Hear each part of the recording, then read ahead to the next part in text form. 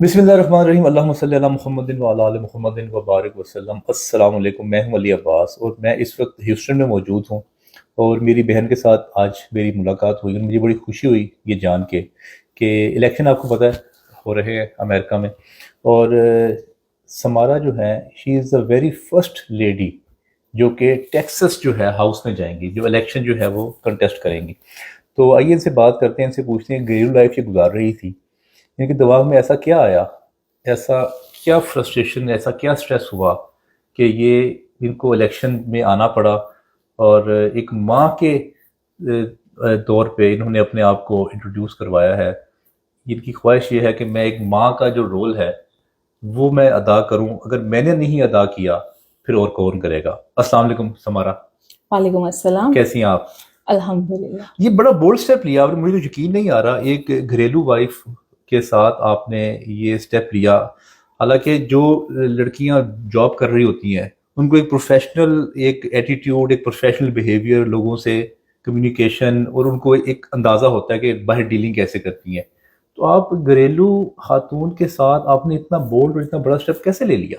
क्योंकि मुझे लगता है कि जो मैं करने जा रही हूँ वो एक माँ ही कर सकती है, एक पेरेंट कर सकता है, एक माँ कर सकती है।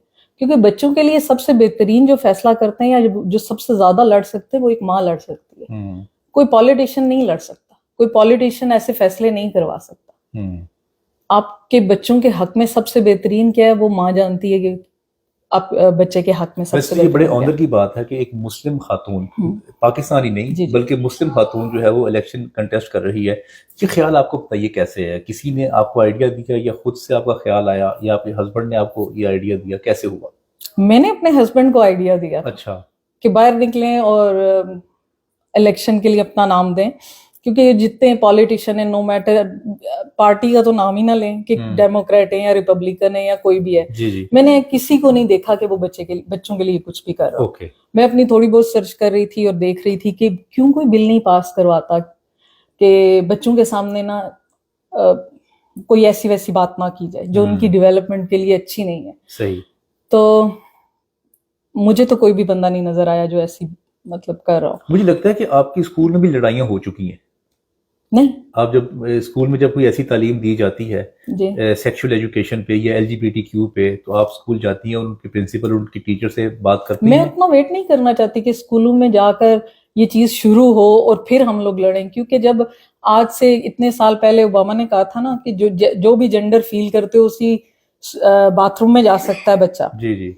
तो उस टाइम पे अगर माँ बाप उठकर बोले होते कि ऐसा नहीं हो सकता, अगर बायोलॉजिकली वो लड़का है, मेल है, तो वो मेल के बाथरूम पे जाए, और बायोलॉजिकली अगर वो लड़की है, फीमेल है, तो वो फीमेल के बाथरूम में जाए। तो आज कैलिफोर्निया में और न्यूयॉर्क में और बहुत सारी ऐसी स्टेट हैं जिनमें काफी हालात खराब हो चुके हैं, वहां पे आज ये हालात नहीं होते। मेरे कैलिफोर्निया में तो रोंगटे खड़े हो गए ये बात सुन के। मेरी दो बेटियां हैं जी और मैं अपनी बेटी के वॉशरूम में ये कैसे बर्दाश्त कर सकता हूँ कि कोई मेल जो है वो चला जाए? ये क्या हो रहा है? कोई भी सेंसिबल माँ बाप ये बर्दाश्त नहीं कर सकता। बिलीव मी, कोई भी नहीं कर सकता। पर मुझे नहीं समझ आया कि उस टाइम पे क्यों कोई भी नहीं बाहर निकला, किसी ने भी बात नहीं की। आप सोचो कितने बच्चे होंगे जो इस तरह फील कर रहे हुए होंगे उस वक्त। आउट ऑफ हंड्रेड्स में बी 2 3 4 5, लेस देन आप 10 कह लें बहुत भी, अगर इसको ओपन करती हैं आप तो। हाँ, तो वो 8-10 बच्चों की फीलिंग्स के लिए आप ओबामा उस वक्त ये धमकियां दे रहा था कि अगर तुम लोग उनको उनके डिजायर्ड जेंडर के बाथरूम में नहीं जाने देते हो या जिसमें वो फील कर रहे हैं उसमें नहीं जाने देते हो, तो मैं स्कूलों को फंडिंग ही नहीं दूंगा। ओके। तो इसका बाय फोर्स करवाया गया है ये? बाय फोर्स करवाया गया है। जब बाय फोर्स बहुत जल्दी जल्दी नहीं हुआ तो अब इसको वो आइडियोलॉजी आहिस्ता आहिस्ता बच्चों में मुतारिफ करवाई जा रही है। मेरी अपनी माशाल्लाह से एक 6 साल की बच्ची है जी। वो एक दिन एल्सा को पसंद कर रही होती है तो दूसरे दिन उसको गैबी अच्छी लग रही होती है। ओके। तो आप कैसे ये एक्सपेक्ट करते हैं बच्चे से कि उसको आज ये फील हो रहा है कि I am not a girl, I am a boy, या I am not a boy, I am a girl, तो वो कल उसी चीज पे कैसे फील हो रहा है उसको? क्योंकि ये चीजें उनके सामने आ रही हैं बार बार। स्कूलों में ये आइडियोलॉजी उनके दिमाग में डाली जा रही है। अच्छा यही समारा, तो मुझे आपका ना मुझे इस पे काफी होमवर्क लग रहा है LGBTQ पे। आपको क्या लगता है कि ये एजेंडा जो है वो दुनिया को क्यों दिया जा रहा है और वो क्यों इस तरफ दुनिया को लगाया जा रहा है? सोची समझी साजिश के तहत किया जा रहा है। उसे आप क्या देखो अचीव करना चाहते हैं? ये एजेंडा जो है इसके पीछे तो पॉलिटिक्स खेली जाती है, हर बंदा इससे फेम हासिल करना चाह रहा है, क्योंकि आप देखो 29 ऐसी स्पोर्ट्स हैं जिसमें बायोलॉजिकल मेल, जो कि अपने आप को ट्रांस वुमेन्स कहते हैं, वो compete करके उन्होंने वुमेन्स के जो राइट है उनको वायलेट किया। यस, वायलेट किया। तो अगर फॉर एग्जांपल जो भी लिया का पीछे केस हुआ था कैलिफोर्निया में, कि वो स्विम टीम में थी और उसने कहा था कि हम लोगों को कंफर्टेबल फील नहीं होता कि उसी जगह पर हम लोग चेंज करें जहां पर एक बायोलॉजिकल मेल हो, और उनको 35 या 34 नंबर था उस टीम का, आउट ऑफ 34 और 35 there was only one transgender. अच्छा, एक था, ठीक है। एक, और उस एक की फीलिंग्स को केयर की गई। क्यों? क्योंकि इन लोगों को इतनी पब्लिसिटी नहीं मिल सकती थी अगर वो औरतों के हकूक पे बात करते, अगर वो बाकी के 33 लोगों के हकूक पे बात करते, पर उस एक लिया पे बात करने से उनको फेम मिला ना, फेम मिला, ठीक है। या वेस्टेड इंटरेस्ट है, इसका मतलब है इंटरेस्ट हर उसकी, जिसको जहां से थोड़ा सा फेम मिलता है, थोड़ी सी पॉपुलैरिटी मिलती है, जिसमें उसके अपने जो अज़ाइम है वो उसके पूरे हो रहे होते हैं, वो उसी की तरफ जाता है। अच्छा, ये वैसे एक बहुत बड़ा कदम है, बहुत मुश्किल काम है। आपको डर नहीं लगा, आपको खौफ नहीं आया कि मैं इस पूरी कैंपेन्स के लिए पैसा भी बहुत चाहिए, टाइम भी बहुत चाहिए, 3 बच्चे भी हैं आपके, आपने उनको भी देखना है, तो आपने कैसे इतना बड़ा कदम उठा लिया? कैंपेन तो मैं ग्रास रूट लेवल पे कर रही हूँ, माओं को अपने साथ, उनको ये समझाने की कोशिश कर रही हूँ कि अभी नहीं निकलोगे ना, अभी तुम ये सोचती रहोगी कि नाश्ता बनाना है, लंच देना है, बच्चे स्कूल छोड़ के आने, वापस लेकर आने, तो हमारे पास तो पीछे टाइम ही नहीं बचता, तो हम कैसे निकलें? तो वही हाल होना है जो आज से 10 साल पहले कैलिफोर्निया में था, यही हो रहा था ना, तो वही हाल कैलिफोर्निया वाला हो जाना है। वहां पे आपको पता है अभी पीछे जो एक लॉ पास करवाने की कोशिश की है, गवर्नर ने क्या कहकर उसको वीटो किया है? उसने ये कहकर वीटो किया कि अभी इलेक्शन आ रहा है, मैं इसको 2 साल में देखूंगा। और आपको पता है वो लॉ क्या था? जी बताइए। वो ये था कि अगर आपका स्कूल गोइंग बच्चा, स्कूल गोइंग में एलिमेंट्री भी आता है, और एलिमेंट्री की यहाँ एज 4 to 11 ईयर है। एलिमेंट्री का मतलब ये है कि 7 साल, 7 क्लास से नीचे, 5th से नीचे, ठीक है। हाँ, प्री के से लेकर 5th क्लास तक का बच्चा, जिसकी उम्र 4 साल से 11 साल की एज होती है, ये इस एज के बच्चे ने अगर घर जाकर बोला ना कि I don't feel like my gender, like मैं बायोलॉजिकली मेल हूं लेकिन फीमेल फील कर रही हूँ, या मैं अदरवाइज, तो पेरेंट्स को उसकी फीलिंग्स की रिस्पेक्ट करनी है। अगर वो उससे एग्री नहीं करते, ठीक है, तो सीपीएस इन्वॉल्व होगी, उनसे बच्चा ले लिया जाएगा, और फिर उस बच्चे को उस बच्चे को चाइल्ड होम में रख लिया जाएगा। नहीं, चाइल्ड होम में रखना इज समथिंग डिफरेंट। फिर गवर्नमेंट के खर्चे पर उसका जेंडर मॉडिफिकेशन के लिए जो भी करना है, सर्जरी करनी है, उसको हार्मोन वगैरह इंजेक्ट करने, वो सब गवर्नमेंट के खर्चे पे होगा। नहीं, लेकिन ये एक बच्चा कितने साल का है? 4 to 11 आप 4 का भी देखे ना, 4 का भी जाकर बोलते हैं, तो वो उसके लिए भी यही रूल है। इतनी छोटी वो डिसीजन कैसे ले सकता है कोई बच्चा? उनके दिमाग में डाला जाता है। यहाँ पे कुछ ऐसे स्कूल्स हैं, कुछ लोग ऐसे बाहर छीन के ले जाते हैं, फिर यही तो रूल बनाने की, ये तो कोशिश, लॉ बनाने के लिए असेंबली ने पास कर दिया था। गवर्नमेंट जो गवर्नर था वो साइन करने वाला था, ठीक है, सिर्फ उसने वीटो इसलिए किया है कि मैं इसको 2 साल बाद वीटो करूंगा, अभी इलेक्शन आने वाला, इलेक्शन में। अच्छा, ये बताएं कि आपके हस्बैंड सपोर्टिव हैं, उन्होंने जब आपने पहला आइडिया दिया, उनका जो पहला रिएक्शन था वो क्या था? मैंने उनको आइडिया ये दिया था कि आप इलेक्शन के लिए खड़े हो, ओके, तो वो बोल रहे थे कि मैं इलेक्शन के लिए नहीं खड़ा हो सकता। तो मैं कमजोर दिल के हैं आपके हस्बैंड? नहीं, बहुत स्ट्रांग दिल के, लेकिन रोटी भी तो कमानी है ना। तो वो आप ये सोचे कमाई करने वाले वो हैं, तो घर में मैं बैठी हुई, तो उन्होंने कहा बाहर निकलो। अच्छा, अगर डिफरेंस लाना है। जिंदगी में वैसे आपने कभी जॉब नहीं की? मैंने की है। अच्छा, की है जॉब? मैंने यहाँ आकर साल जॉब की है। मेरी छोटी पैदा हुई थी तो उसके बाद मैंने घर रहने का फैसला किया था, ताकि मैं अपने बच्चे अपने तरीके से पाल सकूं, घर रहकर पूरा टाइम उनका वो बड़े होते हुए एंजॉय कर सकूं। ठीक। अच्छा, आप तो रिपब्लिकन जो पार्टी है HD 76 जो है उसको सपोर्ट कर रही है ना, जो ट्रम्प की पार्टी है? रिपब्लिकन, मैं किसी पार्टी को सपोर्ट भी नहीं करती। अच्छा, नहीं करती? मैं इसलिए नहीं करती, लेकिन आप उसी के अम्ब्रेला के नीचे तो लड़ रही हैं आप इलेक्शन। उनके अम्ब्रेला के नीचे, क्योंकि आपको ये देखना पड़ता है कि आपके कुछ असूलों के साथ कौन खड़ा है। जो ट्रम्प पार्टी है रिपब्लिकन, वो क्या कहती है LGBT के बारे में? वो इसके अगेंस्ट। अच्छा, वो अगेंस्ट है। और जो गे मैरिजेस के अगेंस्ट है, जो डेमोक्रेटिक है, वो इनको सपोर्ट करते हैं, वो इनके हक में है। ओके, इसलिए आपने कहा कि चले अब मैं लेसर इवल की तरफ आ जाती हूँ, अगर मैंने एक को चूज करना ही मुझे है, डेमोक्रेटिक डेमोक्रेटिक पार्टी वालों ने टिकट ही नहीं देनी थी, मुझे उस तरफ से किसी ने खड़े ही नहीं होने देना था, क्योंकि मुझे उन लोगों के साथ एग्री करना पड़ता था ना कि हम लोग उन लोगों को एक्सेप्ट करेंगे। तो मैं तो नहीं एक्सेप्ट करती, मैं तो नहीं मानती ये जो आपको सुन रहे हैं अभी लोग, आप उनको क्या कहेंगी कि आपकी वो सपोर्ट कैसे करें, क्या कर सकते हैं वो आपके लिए? और क्योंकि इसमें फंडिंग भी इन्वॉल्व होती है, आपका टाइम भी चाहिए, रिसोर्सेज चाहिए, लोगों तक रीच आउट करना है आपको, वो आपके लिए क्या कर सकते हैं? अमेरिका से तो मैं यही कहूंगी, स्पेशली टेक्सास से, जिसके साथ ऐसा कुछ भी हुआ है, जिसने मतलब जिसके बच्चों के पे ये चीज गुजरी है, उसको ये चीज पढ़ाई जा गई है, कोई मटेरियल है, कुछ भी है, मुझे प्रोवाइड करें। यहाँ कई लोग कहते हैं नहीं जी ये टेक्सास में पहुंचा ही नहीं, हालांकि 10 मिनट की ड्राइव करके जाओ तो आपको इन लोगों का LGBTQ का झंडा सामने नजर आ जाता है, लगा वो रेनबो का, वो काफी सारे कलर्स होते हैं जो, हाँ बिल्कुल, वो झंडे नजर आ जाते हैं, लेकिन ये लोग फिर भी मानने को तैयार नहीं है, कहते हैं नहीं ये कैलिफोर्निया में, यहाँ है ही नहीं। तो ये मुझे अगर ऐसा कोई भी मटेरियल कोई भी लाकर दे सकता है, दैट्स गुड। मेरे पास कुछ है, लेकिन जो रियल पेरेंट्स लाकर मुझे प्रोवाइड कर सकते हैं वो जरूर करें। फिर मेरा पेज है लीव आवर किड्स अलोन के नाम से, मेरा ग्रुप है लीव आवर किड्स अलोन के नाम से फेसबुक पे, उसको फॉलो करें ताकि हर वो बंदा फॉलो करे जिसको अपने बच्चों की फिक्र है कि वो इस चीज पे एक्सपोज ना हो। अच्छा, आप कुछ सपोर्ट मिली है आपको, कुछ माओं की तरफ से, कुछ फैमिलीज की तरफ से? 2-3 घंटे की ड्राइव पे एक जगह है, वहां से मुझे एक माँ की कॉल आई है। अच्छा, कि हम लोग जिस तुम पार्टी से खड़ी हो वो तो नहीं, लेकिन जिस मुद्दे के लिए खड़ी हो उसके लिए हम तुम्हारे साथ हैं, और ये बताओ कि हम तुम्हारी कैसे हेल्प कर सकते हैं। मैंने उनको भी कहा मेरी मीटिंग अरेंज करवाओ, मुझे पता चले तुम लोगों के साथ क्या क्या हुआ है, तो मुझे रीच आउट करो, मुझे ये बताओ कि क्या हुआ है आप लोगों के साथ। अच्छा, आप इलेक्शन जीत गई, इलेक्शन जीतते ही आप क्या करेंगे? 1-2 काम पहले जो है, मैं सबसे पहले तो ये बिल पास करवाऊंगी कि हमारे बच्चों के सामने ये सब ना करो, उनको साइंस, मैथ, सोशल स्टडीज पढ़ाओ, साइकोलॉजी, ये सब्जेक्ट्स पढ़ाएं, उनको ये सिखा दो 2+2 4 होता है, ना कि LGBTQ होता है।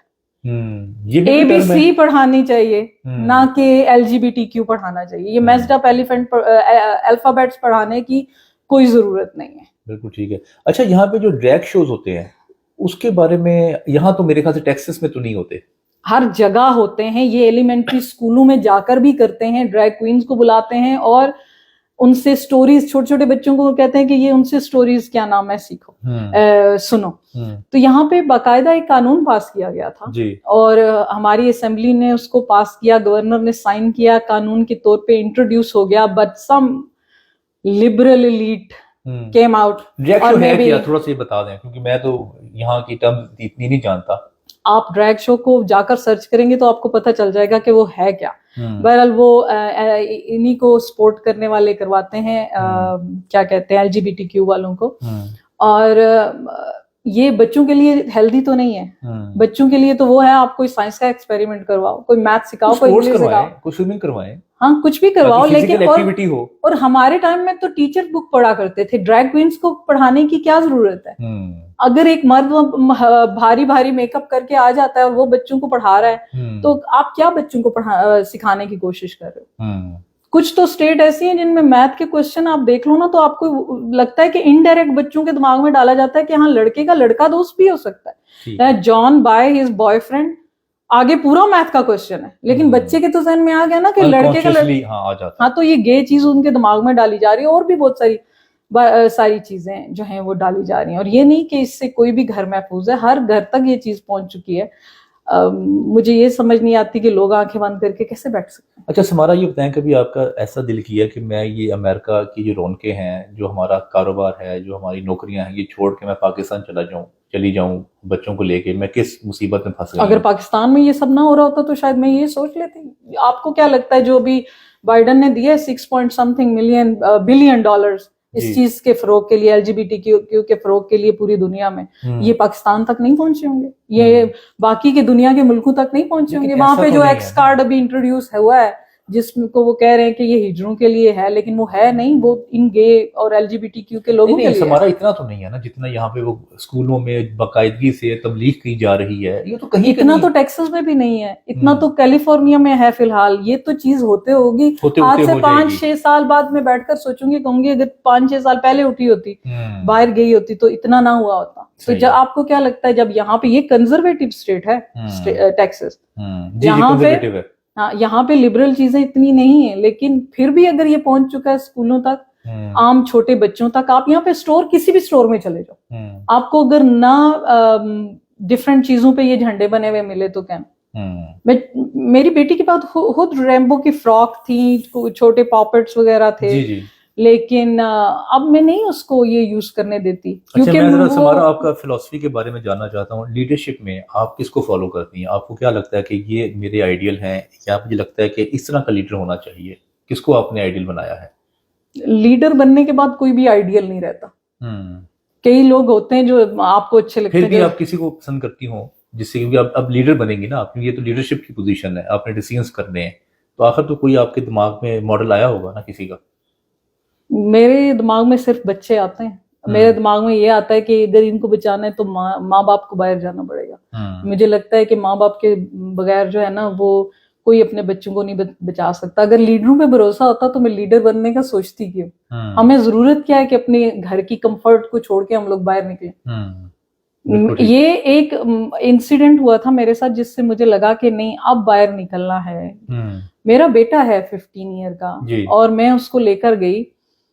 मेरी बेटी गई कॉलेज स्टेशन पढ़ने के लिए, और मुझे हुआ कि ये अभी अकेली होगी, हर जगह उसने खुद ही सरवाइव करना है। तो मैं ना थोड़ा अच्छा काम करती हूँ, अपने बेटे को ट्रेनिंग देती हूँ अभी से कि वो पिक एंड ड्रॉप करे। नहीं, वो जाए बाहर, थोड़ा बाहर अकेला रहे, तो मुझे थोड़ा दिल को तसल्ली हो, वो ट्रेन हो जाएगा अकेले रहने का भी। जी। मैंने बोला अच्छा दोस्तों के साथ बाहर जाया करो, 1-2 घंटे गुजारो, मैं तुम्हें पिक एंड ड्रॉप दूंगी। वो मूवी थिएटर गया, उसने पहले चूज किया कि ये जो भी स्पाइडरमैन मूवी आई है मैं ये देखूंगा, ठीक है। तो वो देखने के लिए गए, ये बच्चों की मूवी है, जी ठीक है। और मैं उसको ड्रॉप करके वापस आई और कॉल आ रही है कि ये लोग अडल्ट के बगैर ना मूवी थिएटर में नहीं जाने दे रहे, एंटर नहीं होने दे रहे, ठीक है। तो मैं वापस पलट के गई। 4-5 दोस्त थे ये लोग।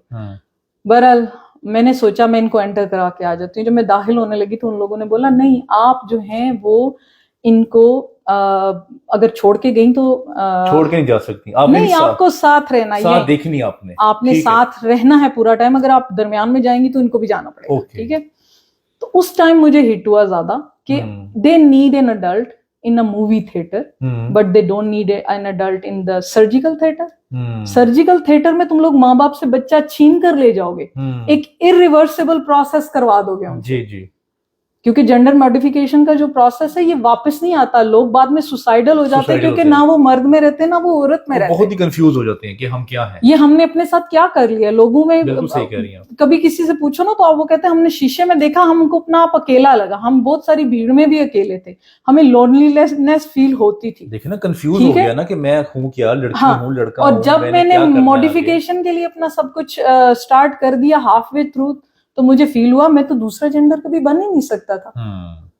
तो बच्चों को तो ना कंफ्यूज करो, they will get to know eventually, right. एक टाइम आएगा 18-20 साल की उम्र उनको एजुकेशन आ जानी जब चाहिए। वो अडल्ट हो, क्योंकि हर चीज के लिए एक टाइम लिमिट है। समझ गया। दुनिया का निजाम भी तो एक लिमिट के तहत चलता है। सही। तो हर चीज के लिए जब लिमिट रखी है, शराब पीने की खरीदने की लिमिट है एज की, गन खरीदने की है, और भी कितनी चीजें, टैटू बनवाने के लिए एज लिमिट है। तो इस चीज के लिए लिमिट क्यों नहीं। मैं ये तो नहीं कहती कि जो ये ऐसा फील करते हैं, जो गे हैं या LGBTQ वाले बंदे हैं, वो बहुत बुरे हैं। जो तुम लोग फील कर रहे हो फील करो। हाँ। अपने घर में जैसा तुम लोगों ने करना है ना करो, आप ये कहती हैं। मेरे बच्चों के सामने ना लेकर आओ, हमारे बच्चों को छोड़ दो। यही तो मेरा मेन मुद्दा है। Leave our kids alone, leave them alone, let them learn math, science, social study. They need it, they don't need LGBTQ। Samara, आपके वक्त का बहुत बहुत शुक्रिया। मैं उम्मीद करता हूँ कि आपकी ये काविश जो है उसमें आपको कामयाबी हो, और मैं गुजारिश करता हूँ जो लोग हैं जो मुश्किलात में हैं इस तरह की, वो आप समारा कम से ज़रूर रब्ता करें, इनको सपोर्ट करें। और बात इन्होंने बिल्कुल ठीक की है। कैलिफोर्निया 5 साल पहले नहीं था कुछ भी, वहाँ आ गया, फिर यहाँ भी आ जाएगा, फिर पछताते रहेंगे। तो मेरे ख्याल से आपको कुछ सोचना चाहिए। आपके वक्त का बहुत बहुत शुक्रिया। Thank you.